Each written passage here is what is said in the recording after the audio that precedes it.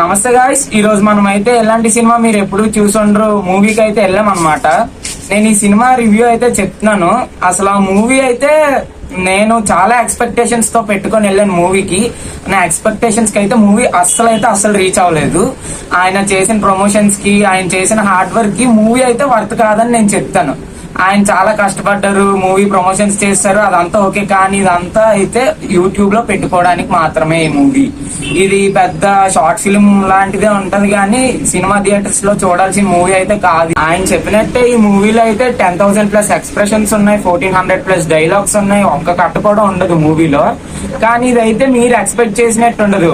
Movie మొత్తం అంటే ఒక ఇద్దరు పీపుల్ కాన్వోలా ఉంటది. ఇప్పుడు సరదాగా మనం సాయంత్రం బైక్ మీద వెళ్తే ఎలా మాట్లాడుకుంటామో అలా ఉంటది కాన్వో లాగా. అంతేగాని ఇదేం పెద్ద మూవీ అని అయితే మీరు ఎక్స్పెక్ట్ చేయకండి.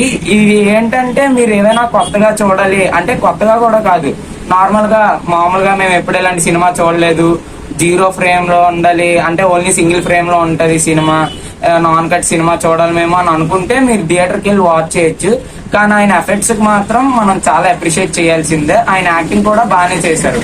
Thank you. Do watch it in theatres if you want.